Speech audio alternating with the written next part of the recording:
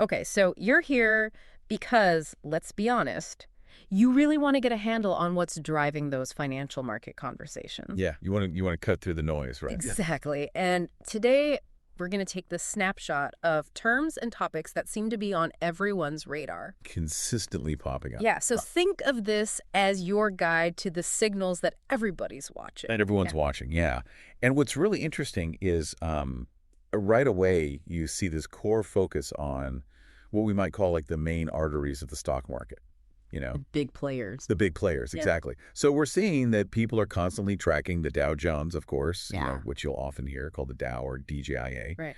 And then there's the Nasdaq composite, which is often simplified to just Nasdaq. Uh-huh. And of course the S&P 500, which very frequently gets shortened to S&P or even SPX. Yeah, those are definitely the big three that kind of give us that overall sense of, where the market's at. The pulse. Yeah. Yeah, exactly. And it's not just about, they're out there. It's the fact that, we see today live futures, pre-market, open close, all these terms. All the time, yeah. That tells me that, folks are looking for that up-to-the-minute picture. Right. They're trying to get a jump on where things are headed before, the opening bell even rings. It's all about immediacy. It is super dynamic. It is. And I think what's fascinating, too, is that, layered on top of that real-time tracking, there's this noticeable concern about the potential downsides. Oh, yeah. And you see terms like bear market drop Mm-hmm. and even the big one, market crash. Yeah, nobody wants to see that. And it suggests that, people are very aware of the risks involved. Mm. And they really want to understand what might trigger or signal a significant downturn. Which, it makes sense because then it connects us right to the broader economic and geopolitical landscape, right? Absolutely. China tariffs on us, trade war, these are terms that we see Front and center. that are really showing us how, global events are seen as these major market movers. Huge impact. And then, of course, we've got the US jobs report. Why is that report in particular such a big deal? Well, it's really fascinating because the jobs report offers this vital snapshot of, you could say, the economy's engine, right? That's a good way to put it. So, if you see strong job growth that can signal consumer confidence and spending, which then in turn fuels economic expansion. Makes sense.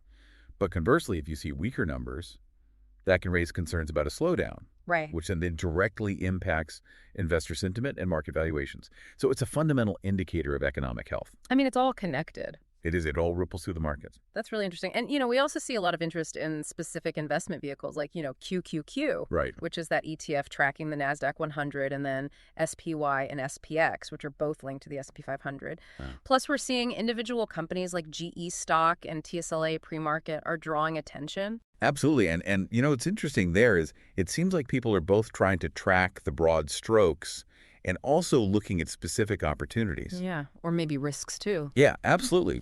Potential volatility, for sure. It's an interesting mix. It is. And I think it speaks to how, while the major indices give you that overall direction, individual stocks can be subject to, company-specific news and events, Right. which then create those unique price movements. For sure.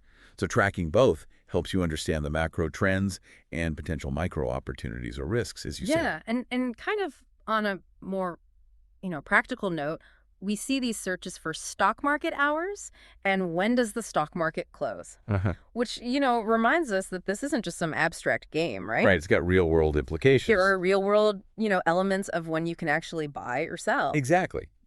Understanding the market's operational schedule is absolutely fundamental for anyone who's participating. Yeah. Whether you're a day trader or you're a long-term investor. Oh. And the fact that these are common queries Yeah, really underscores the practical nature of, engaging with the market. for sure. And finally, it's interesting to see, what the go-to sources are for this information.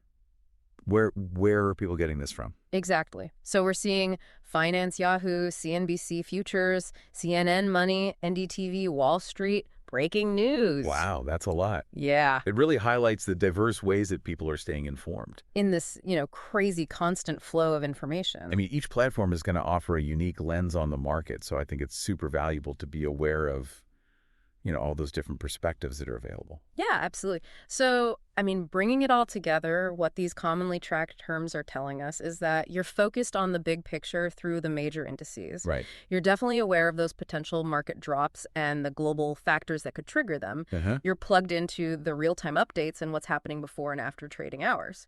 And you're keeping an eye on both those, broad market trends and specific company performance. That's a great summary.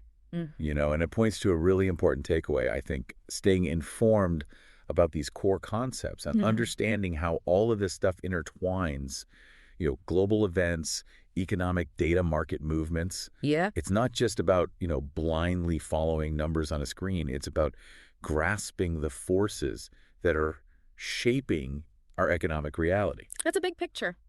It is. And, maybe something to think about as we go forward is, which of these areas, maybe the indices or those economic indicators, or even the real-time data, which one of those has the biggest impact on your own personal financial decision? Yeah, thick writing that. It might be valuable exercise moving forward. Food for thought. Definitely. Awesome. Well, thanks for breaking it all down for us today. It's been a pleasure. Until next time. See you then.